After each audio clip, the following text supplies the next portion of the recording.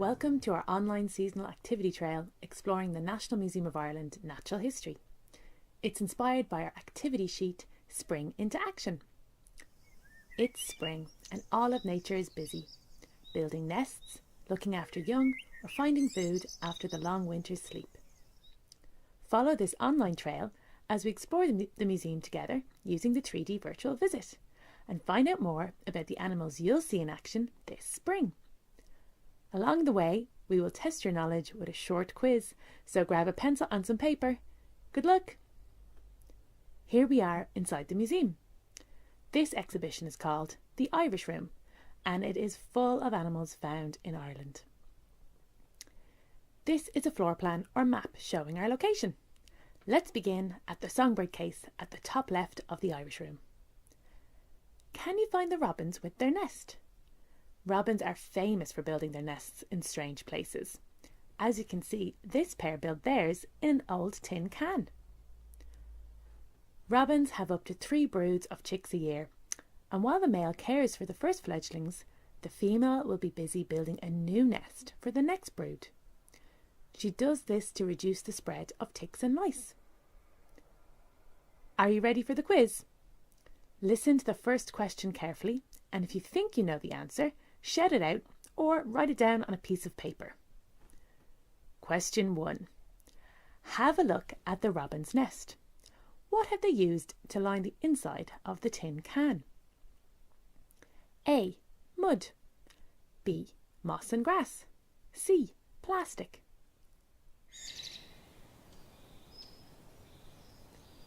Time's up. The correct answer is B. Robins use moss, grass and dried leaves to build their nest, and they often line it with hair. Now, let's go to the next stop on our trail through the museum. Let's move down and towards the right until we find the hares and rabbits. The saying, "as mad as a March hare," comes from the lively behaviour of hares during the mating season. If you see boxing hares, it's likely a female chasing away a male. The appearance of hares and rabbits has always been associated with the arrival of spring. It's a busy time of year for them, especially as their babies have just arrived. Question 2. Have a look at both the rabbits and hares on display in the museum. In each case, there is an animal standing up on its back legs. Why? A. It's looking out for predators. B. It's stretching. C. It's showing off.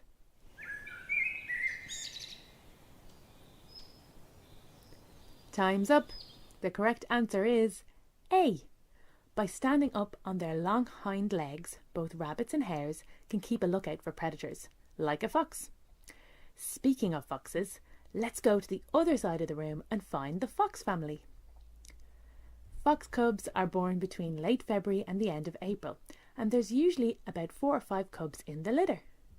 They are born blind and deaf, and their mum, known as a vixen, stays in the den with them for the first 3 weeks.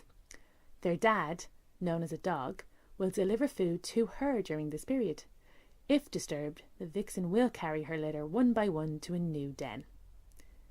It's quiz time. Question 3. Have a look at the fox family. Why are their feathers on the ground? A. To make a warm bed. B. They had a bird for their dinner.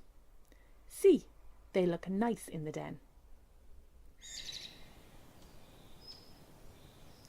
Time's up. The correct answer is B. The adults have caught a bird for dinner and plucked the feathers out before eating it. Let's make our way to stop 4 to see the frogs.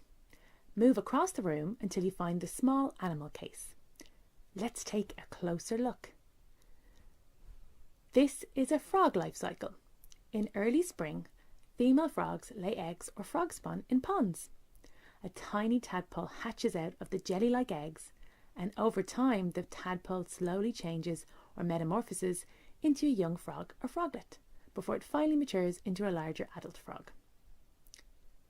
Scientists record the first signs of the season each year, such as the first leaf on a tree, the first frog spawn laid, or the first swallow seen. This is known as phenology, and it is used to determine changes in climate patterns. It can be used as a measurement of the impact of climate change on our wildlife. Question 4. Why do tadpoles have tails? A. To help them swim in water. B. To make them look bigger. C. To make them look cute.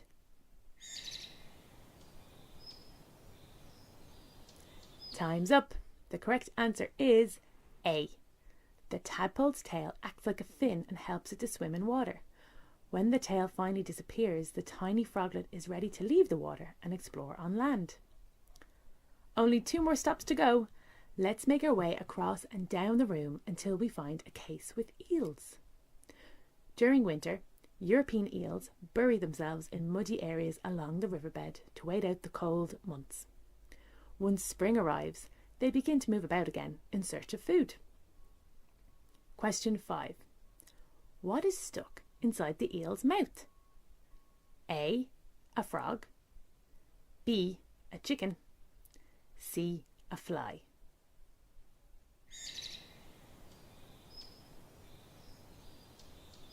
Time's up. The correct answer is A. This eel's eyes were too big for its belly. The hungry eel tried to swallow a frog, but ended up choking on it.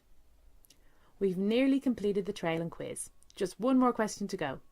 Let's make our way down to the Discovery Zone at the back of the Irish Room and find the peacock butterfly on display in the table cases. This is a very common butterfly, which you'll find in a lot of gardens. Peacock caterpillars are black, covered with short spines and speckled with white spots. They're usually found on stinging nettles. The peacock butterfly hibernates in holes in trees, in sheds and sometimes houses over the winter, and then comes out in March. Question 6.